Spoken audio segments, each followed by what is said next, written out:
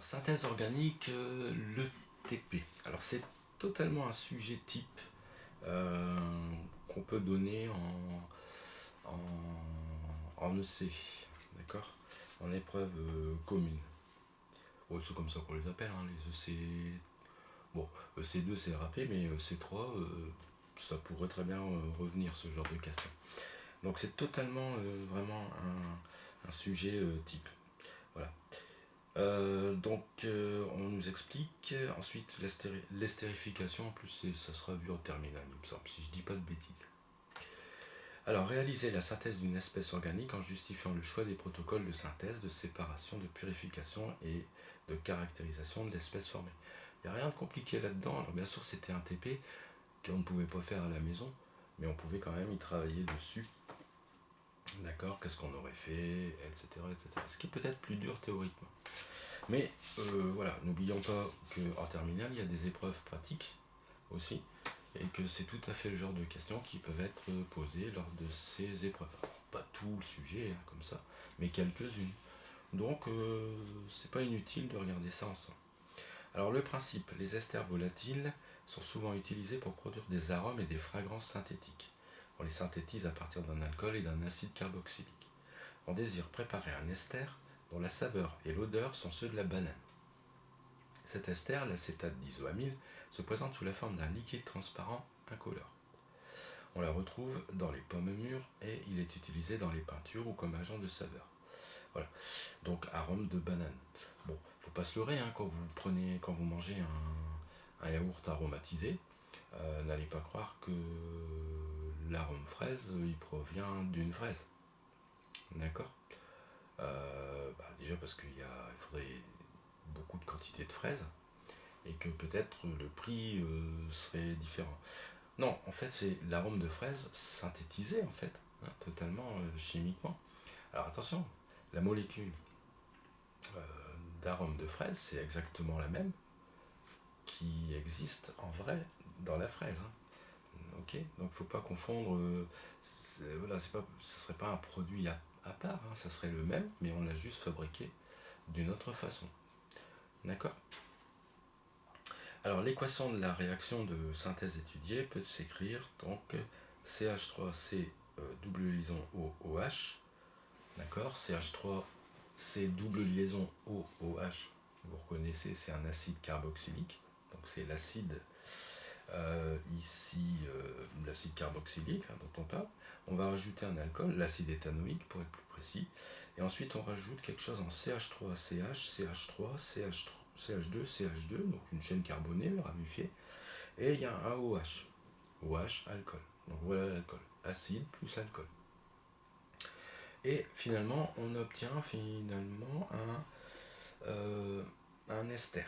Alors un ester, c'est une fonction qui ne fait pas partie des fonctions qu'on a vues.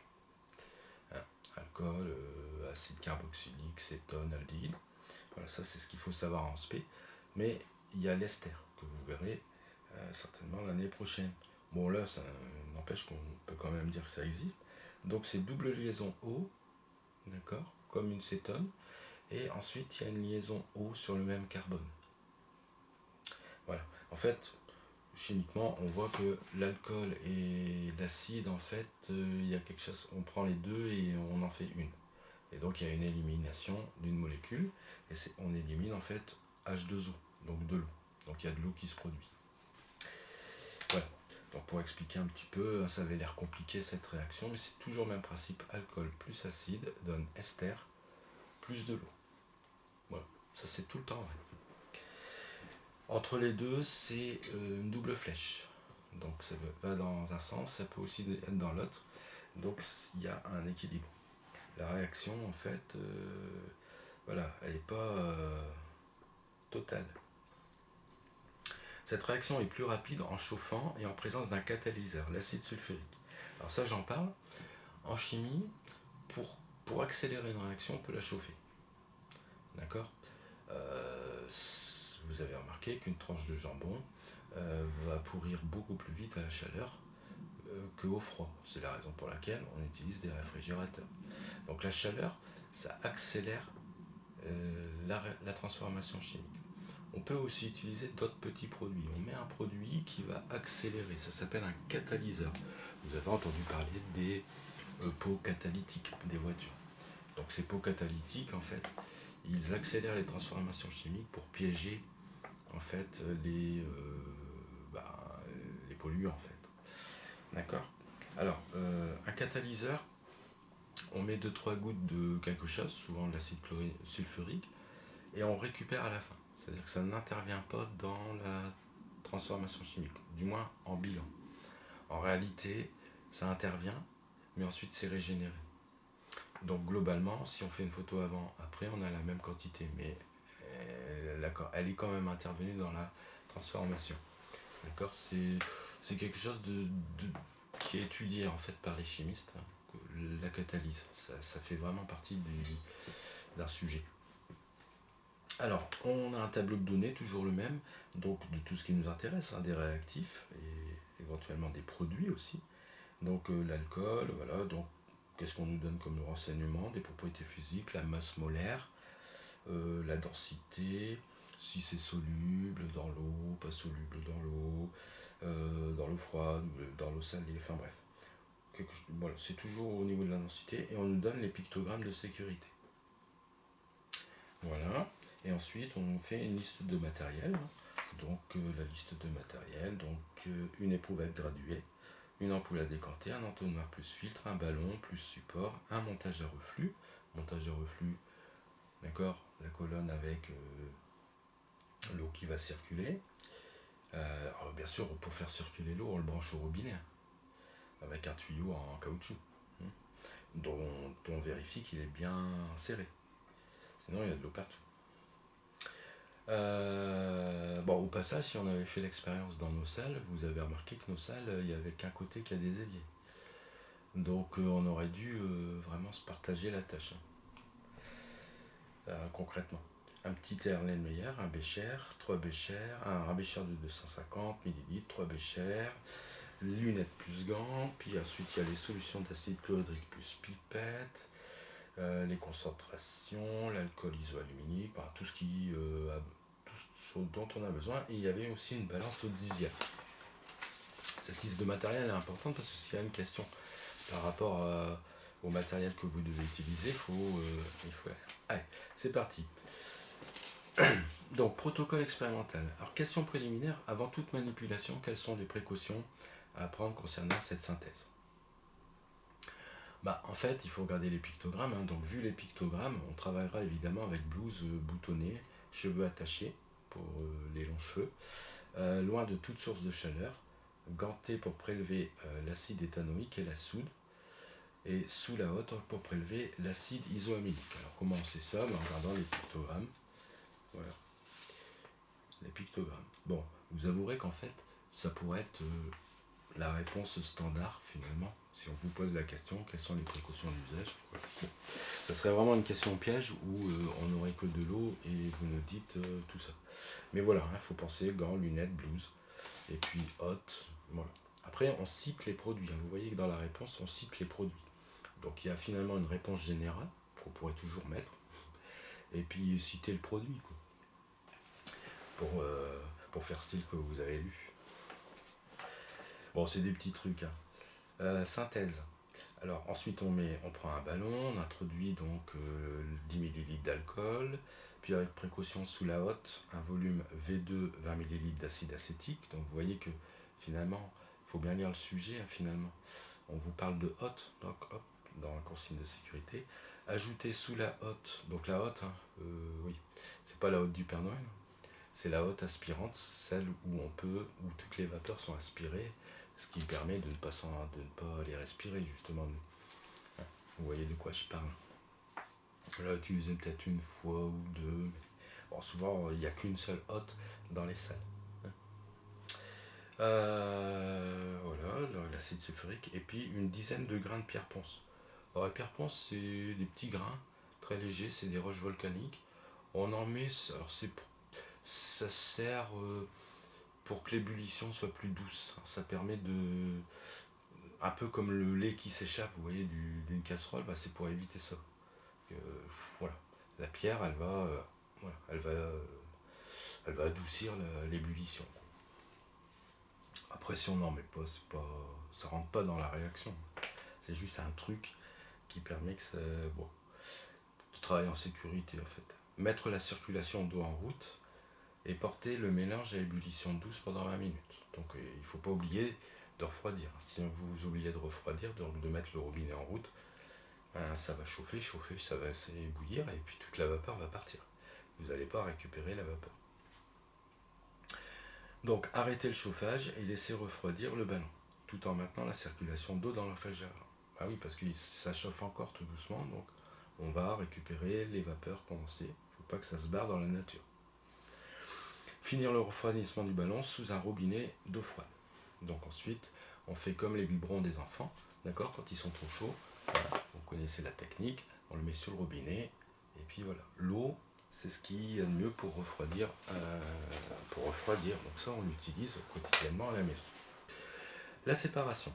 Versez le contenu du ballon dans une ampoule à décanter en filtrant les pierres ponces. Oui, on récupère les pierres ponces finalement. Y ajouter environ 50 ml d'eau salée. 2 phases apparaissent. Donc 2 phases, ça veut dire qu'il y a deux... c'est un mélange hétérogène en fait. C'est un mélange hétérogène, donc il y en a un qui flotte sur l'autre. Et donc il ne se mélange pas. Lavez la phase organique en versant 20 ml d'une solution saturée d'hydrogénocarbonate de sodium. Alors c'est quoi la phase organique? C'est celle qui ne contient pas d'eau. Comme il y a 2 phases et qu'on a mis de l'eau salée, il y a une phase qui contient l'eau et puis l'autre phase qui ne contient pas l'eau. C'est celle-là, la phase organique. Bien souvent, elle est où la phase organique? Elle flotte. Souvent, parce que l'eau est lourde, la densité de l'eau c'est 1. Bon, à moins d'avoir des produits qui ont une densité supérieure à 1. Après justement, l'intérêt du tableau, il suffit de regarder, l'alcool c'est 0,81, l'acide éthanoïque c'est 1,05, donc c'est un petit peu plus... voilà. L'acétate d'isoamyle, le produit qu'on voudrait récupérer, lui fait 0,87. Donc le produit, il n'y a aucune chance qu'il soit dans l'eau. Enfin, et il est très peu soluble dans l'eau. Donc il va se retrouver en haut, il va flotter. Donc d'où l'intérêt du tableau en fait. Voilà, donc on récupère ça. Oui, il y a 2 phases, on laisse décanter et on élimine la phase aqueuse. Donc dans une ampoule à décanter, on fait couler toute la phase aqueuse et on arrête juste au dernier moment. Voilà. Donc il y aura encore un peu d'eau. Et donc on récupère la phase organique dans un bécher. Ensuite on sèche, d'accord. Donc on ajoute 3 g de sulfate de magnésium anhydre. On agite doucement en remuant le bécher à la main. On laisse reposer et on recueille la phase organique dans un airline propre, pesé préalablement à vide. Et on détermine la masse M expérience de l'ester recueilli. Voilà. Alors, on pourrait aussi distiller la phase organique et recueillir uniquement la fraction passant au-dessus de 135 degrés.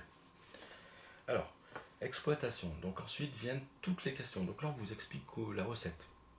Et ensuite, on va vous poser des questions sur la recette. Ah oui, mais pourquoi on fait ça? Qu'est-ce que ça veut dire? Un peu comme en cuisine. Qu'est-ce que ça veut dire blanchir des œufs? Qu'est-ce que ça veut dire ceci? Pourquoi vous faites ça? Pourquoi vous mettez ça avant? Etc.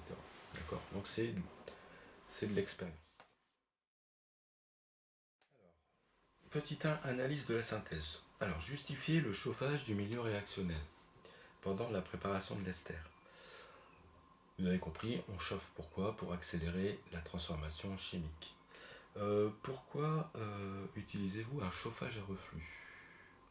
Le chauffage à reflux, il permet d'éviter les pertes de produits et de réactifs. Si vous chauffez, toutes les vapeurs vont s'en aller, et donc on voudrait récupérer une partie des produits, une partie des réactifs, voilà, pour que tout se passe bien, d'accord? Qu'il n'y ait pas de perte.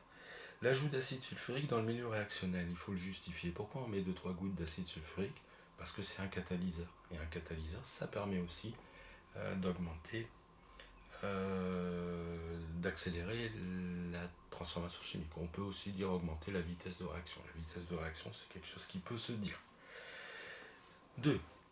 Par un calcul, recherchez le réactif limitant, le réactif en excès.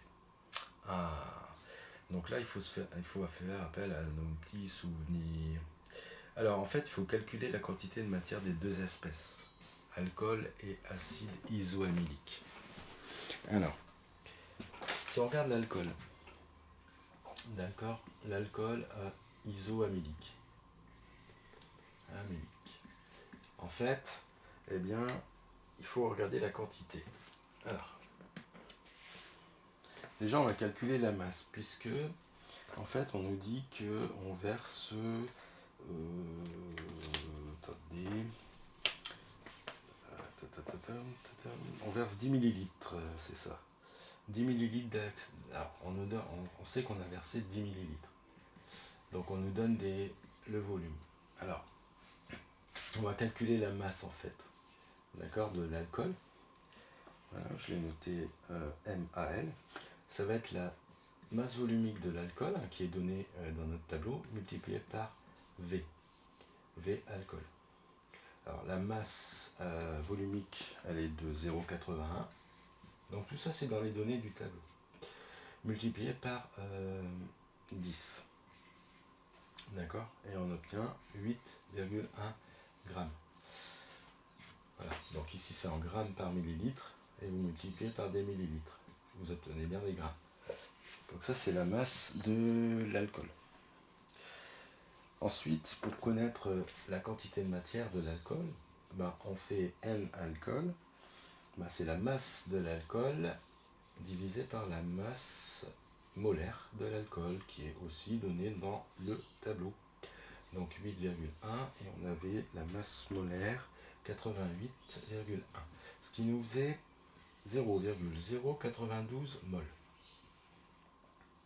Voilà, soit en écriture scientifique 9,2 fois 10 puissance moins 3 mol. On va faire la même chose avec le deuxième réactif, c'est-à-dire un alcool, d'accord, c'est toujours un alcool plus un acide carboxylique, ça va donner un ester plus de l'eau. Donc l'alcool, l'acide, les réactifs. Donc pour l'acide éthanoïque, ici c'est éthanoïque, on va faire la même chose, on va calculer MAC, je ne sais pas si vous voyez, MAC, la masse de l'acide, donc ça va être la masse volumique de l'acide multipliée par le volume de l'acide.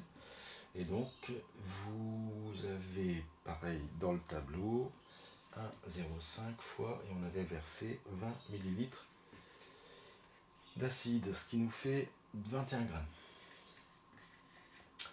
Alors, si on regarde, je vais le mettre ici, si on regarde la quantité de mol d'acide que ça représente, c'est pareil, on fait la masse de l'acide divisée par la masse molaire de l'acide, donc 21 grammes, la masse molaire de l'acide, c'était 60,1, toujours pareil, c'est dans le tableau de l'énoncé, et on trouve 0,35 mol, d'accord, soit 3,5 fois 10 puissance moins 1 mol. Voilà, donc la quantité de matière de l'acide, c'est 3,5 fois 10 puissance moins 1 mol, qui est beaucoup plus grand que 9,2 10 puissance moins 3 mol. Donc en fait, pour trouver le réactif limitant, c'est simple, vous regardez l'équation, et vous voyez que, alors c'est l'équation générale en fait, si je regarde l'équation sur ma fiche, avec les bonnes formules, on voit que les coefficients stoichiométriques, ici il n'y a pas de... il n'y a rien, donc c'est 1, ici il n'y a rien, c'est 1, là il n'y a rien, c'est 1, et H2O c'est 1. Autrement dit, c'est 1 pour 1, il y a toujours 1. Donc c'est une molécule d'alcool, ou une mole d'alcool qui réagit avec une mole d'acide carboxylique qui donnera une mole d'ester et une mole d'eau. Donc vous comprenez bien que la réaction va s'arrêter dès que 9,2 10 puissance moins 3 mol seront consommés. On ne peut pas fabriquer 0,35 mol d'ester, il n'y a pas 0,35 mol d'acide qui vont disparaître, puisque ça va s'arrêter dès que celui-là ce sera arrêté. C'est le réactif limitant, vous vous rappelez, avec l'histoire des sandwichs. Ben, c'est pareil. Donc le réactif limitant, ben, c'est celui qui a la plus petite quantité de matière au départ. Donc c'est le réactif limitant, c'est l'alcool. Du coup, l'acide est en excès. Voilà, l'acide est en excès. L'analyse de la séparation. Faire le bilan des espèces chimiques présentes à la fin de la réaction dans le ballon. Alors qu'est-ce qu'il va y avoir? Il va y avoir l'ester, donc l'acétate d'isoamyle, et de l'eau. D'accord? Comme l'équation. Mais il va rester aussi, évidemment, qu'est-ce qui va rester? Il va rester aussi un peu d'acide, puisqu'il est en excès. Hein. Normalement, il ne devrait pas rester d'alcool, sauf qu'il peut peut-être en rester quand même un petit peu. Ok? Bon. Parce que la réaction n'est pas totale en plus. Mais disons que voilà, on peut pas. Voilà, l'équation dit qu'on fait un ester plus de l'eau, mais en réalité, il y a un ester de l'eau, et puis il y a encore ce qu'on a versé en trop, hein, l'acide, et puis peut-être encore un petit peu d'alcool si la réaction n'est pas totale. Alors, en utilisant le tableau de données, justifier la présence des deux phases. Alors, pourquoi il y a deux phases? Alors, c'est parce que les deux phases, certaines sont solubles dans l'eau et pas d'autres. Tout simplement. Leur position dans l'ampoule à décanter. La phase supérieure, c'est l'espèce la peu soluble dans l'eau, hein, parce que la densité est inférieure à la densité de l'eau qui est de 1. Et la phase inférieure, c'est les espèces solubles dans l'eau. Ok? Donc ça, j'expliquais ça tout à l'heure. Hein. La composition de chaque phase. Alors dans la phase supérieure, qu'est-ce qu'il y aura? Il y aura une grande quantité d'acétate d'isoamyle. Et en faible quantité d'alcool isoamylique. Voilà. Alors, on vérifie dans le tableau l'acétate d'isoamyle, très peu soluble dans l'eau, et encore moins soluble dans l'eau froide et salée. D'accord? Et puis on voit aussi que l'alcool isoamylique, hein, s'il en reste encore un petit peu, il est peu soluble dans l'eau. Alors, l'acide éthanoïque, lui, il est très soluble dans l'eau. D'accord? Donc en fait, l'acide éthanoïque qui est en excès, lui, il ne va pas être dans la phase organique, lui, il va aller dans l'eau. Donc il va faire partie de la phase inférieure. Et l'acide sulfurique, on regarde, très soluble dans l'eau. Ok. Donc on a compris, ce qui va surnager, là, c'est ce qui nous intéresse, l'acétate d'isoamyle, avec peut-être encore un petit peu d'alcool isoamylique qui n'aurait pas réagi. Donc ça c'est pas mal parce qu'on a pratiquement un produit pur, quoi. Avec peut-être une petite faible quantité d'alcool qui reste. Alors pourquoi garde-t-on la phase organique? Évidemment parce que c'est ce qui nous intéresse. C'est là-dedans qu'on a le produit, l'acétate d'isoamyle. Alors lors du lavage par l'hydrogène au carbonate de sodium, hein, vous vous rappelez, on verse une spatule d'hydrogène au carbonate, on mélange, il y a un gaz qui se dégage. Et l'analyse de ce gaz montrerait qu'il blanchit de l'eau de chaux. Quel est ce gaz? Bon, j'espère que tout le monde sait que c'est du CO2, du dioxyde de carbone. C'est un résultat que vous connaissez depuis le collège. Il fait blanchir l'eau de chaux. Alors, séchage de la phase organique. Expliquez pourquoi le produit utilisé dans cette phase permet de sécher la phase organique. Alors, il permet de sécher car étant anhydre, hein, l'hydrogénocarbonate de sodium, hein, étant anhydre, c'est-à-dire sans eau, en fait, qu'est-ce qu'il va faire? Il est capable de s'entourer, de piéger les molécules d'eau. C'est quelque chose qui a envie d'eau. Il est anhydre, d'accord? Si vous voulez, il est assoiffé. Donc, les moindres petites molécules d'eau vont s'attacher à lui. Donc, ça va sécher le produit, en fait, d'accord? Qui resterait dans la phase organique. Donc, s'il est encore un peu mouillé, il va sécher. Purification du produit formé. Alors, légender le montage de distillation ci-contre. Alors, j'ai pas le montage ici, mais globalement, on va regarder un petit peu schématiquement la base de la base, qu'est-ce qu'il doit avoir dans ce montage de distillation à tous les coups. Oui, alors c'est un truc que je vous conseille de faire à chaque fois qu'il y a un schéma. Essayez d'essayer de le faire vous-même au brouillon. Ça permettra de reconnaître n'importe quel schéma ensuite. Et puis même, des fois, on peut carrément vous demander de dessiner le schéma de principe, etc. Donc en gros, voilà. Hein, il y aura... alors, je vais essayer de voir. Voilà, vous aurez forcément, finalement, un chauffe-ballon dans lequel vous allez forcément mettre un ballon. D'accord? Donc ici, voilà. Qu'est-ce qu'on va y mettre aussi? On va y mettre, donc il va falloir attacher le ballon, donc on va prendre une potence. Hein, ça s'appelle une potence. Hop, on va y mettre une pince, on peut y mettre une pince ici. Voilà, le chauffe-ballon. Alors, la potence c'était le 1, le pince c'était le 2. Bon, ça c'est pour s'opérer par rapport à la fiche. Ah oui, ouais. Alors si c'est trop bas, on peut mettre aussi un support élévateur. En fait. Donc c'est un support en fait. Voilà, c'est un support où vous tournez la manivelle. C'est comme un cric de voiture. En fait, il peut monter, descendre. Voilà, c'est juste un support, quoi. Bon, si vous l'oubliez sur un schéma, c'est vraiment pas ça qui va faire que. Voilà, c'est juste sur le côté pratique. Hein, c'est pas assez haut, il me faut un support. Voilà. Donc il y a le support élévateur. Ensuite, toujours, vous avez la colonne. D'accord. Alors, nous on a mis. Alors, attendez.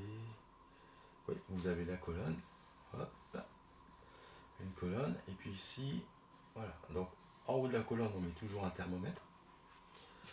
Ensuite, ici, au bas de la colonne, ça fait un bec. On remet, en fait,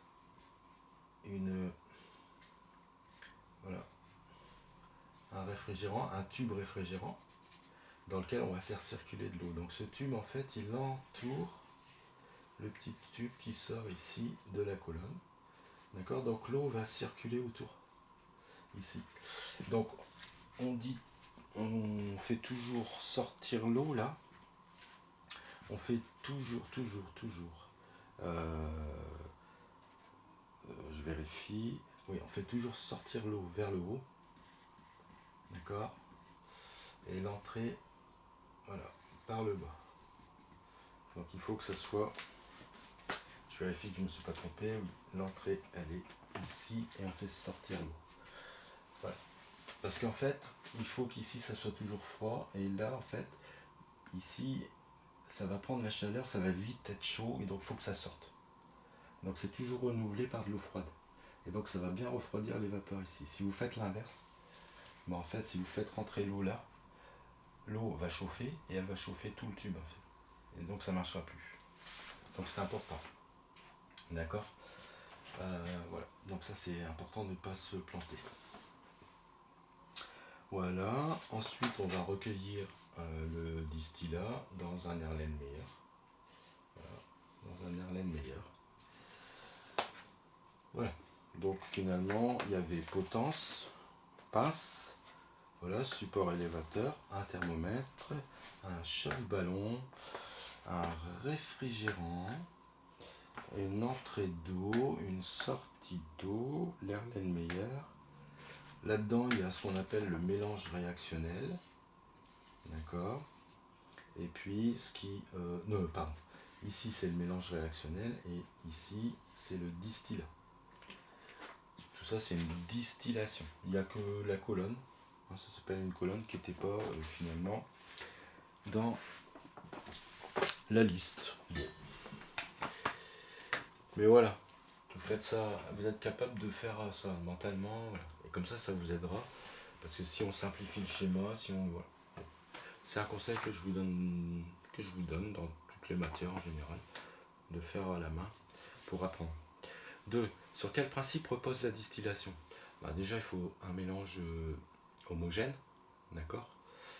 Parce que si c'est un mélange hétérogène, on peut faire une décantation, mais c'est un mélange homogène et on va se baser sur les températures différentes d'ébullition. Les produits ne bouent pas à la même température, donc on va chauffer, puis il y en a un qui va sortir avant l'autre, qu'on va refroidir et qu'on va récupérer. Voilà, c'est le principe de la distillation. Voilà, dans ma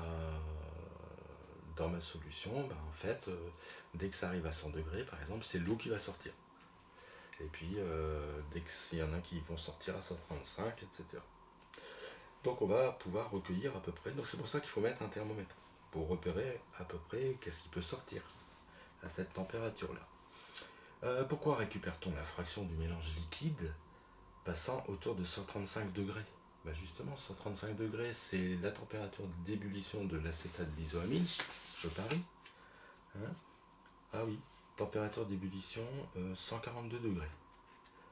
Ouais, bah c'est à peu près autour de 135 degrés. À 135 degrés, on va pouvoir espérer commencer à récupérer de l'acétate d'isoamide. De toute façon, il suffit de suivre le thermomètre. Si c'est un corps pur, le thermomètre, tant que tout le corps pur n'est pas sorti, le thermomètre, normalement, il devrait bloquer. D'accord? Bon, si c'est un mélange, il ne bloque pas tout à fait. Mais voilà, disons qu'à 135 degrés, voilà, c'est proche de la température d'ébullition de l'espèce attendue, l'acétate d'isoamide. Bon, je vérifie quand même, hein, mais vous voyez que l'acide éthanoïque, c'est 118. Donc l'acide éthanoïque, il serait sorti déjà. Et ensuite, l'alcool, lui, c'est 128. Bon, mais en même temps, l'acide éthanoïque, il sera même pas dans le truc que j'ai récupéré, puisqu'il était soluble dans l'eau. N'oublions pas que ce que j'ai récupéré, c'est de l'acétate d'isoamyle et avec un petit peu d'alcool isoamylique en fait. Hein. Oh oui. Donc l'alcool isoamylique, il bout à 128. Ok. Donc lui à 128, l'alcool, la petite quantité d'alcool risque de partir. Part même. Et puis quand on arrivera à 135 degrés, bah, s'il y a quelque chose qui sort ici, c'est forcément de l'acétate d'isoamyle. Donc voilà. Donc tout ça, c'est cohérent. Ensuite, il nous reste juste à calculer le calcul du rendement. Voilà, le calcul du rendement, puis ensuite d'analyser le produit. Alors le calcul du rendement, d'après l'équation et la réponse à la question 1, quelle quantité d'ester Nmax devrait-on obtenir si la réaction était totale? Alors, tout à l'heure, on a vu que le réactif limitant, c'était l'acide. Oui, c'est ça. Oui. Alors, eh bien, en fait, si la réaction est totale, alors la masse, le nombre de moles de l'ester, non, c'était l'alcool limitant, pardon. Ça devrait correspondre à la quantité d'alcool. Vous comprenez? Puisque l'alcool c'était le réactif limitant, ça s'arrête dès qu'il n'y a plus d'alcool. Or, on a vu qu'une mole d'alcool réagisse avec une mole d'acide pour donner une mole d'ester. Donc ça veut dire qu'on devrait espérer pouvoir récupérer exactement ce qu'on avait trouvé pour l'alcool, c'est-à-dire M de l'ester, d'accord, qu'on aimerait récupérer, qu'on pense pouvoir récupérer au maximum, c'est 9,2 10 puissance moins 2 mol. D'accord, exactement la quantité d'alcool limitant. Alors ça fait combien en masse? Parce que nous on va mesurer la masse. Ben, ça va faire 9,2 fois 10 puissance moins 2 mol multiplié par la masse molaire de l'ester qui est de 130,2. Et donc ça nous devrait faire une masse de 12 grammes. Voilà, donc on espère finalement, si la réaction est totale, de synthétiser 12 grammes d'ester. Alors en fait, on fait l'expérience et puis on recueille donc l'ester, puis quand tout est fini, il n'y a plus de gouttes qui tombent, bah, voilà. C'est pour ça que n'oubliez pas qu'on pèse à vide l'ester, l'Erlen avant. Et puis ensuite on pèse de nouveau. Et donc on aura la masse de l'ester. Donc on fait l'expérience et on obtient une masse d'ester de 9,0 g. Donc la masse expérimentale finalement c'est 9,0 g. Alors vous voyez qu'on espérait 12, on a 9. Donc on va calculer un rendement qui va être 9 sur 12. Et donc on trouve 0,75. Ça veut dire que notre rendement est de 75%. On a effectivement synthétisé 75% de l'ester qu'on espérait. Voilà. Donc ça c'est important quand on doit passer au process industriel par exemple. N'oublie pas que la chimie c'est pour fabriquer des trucs. Donc ça c'est au labo, mais ensuite on peut passer à l'échelle industrielle. D'accord? Donc ça c'est les ingénieurs qui ensuite mettent les process, etc. Qu'est-ce qu'il faut, là, tout ça, c'est des calculs. Voilà. Combien de matière, combien je vais pouvoir produire, etc. C'est vraiment du concret, hein. C'est vraiment du concret.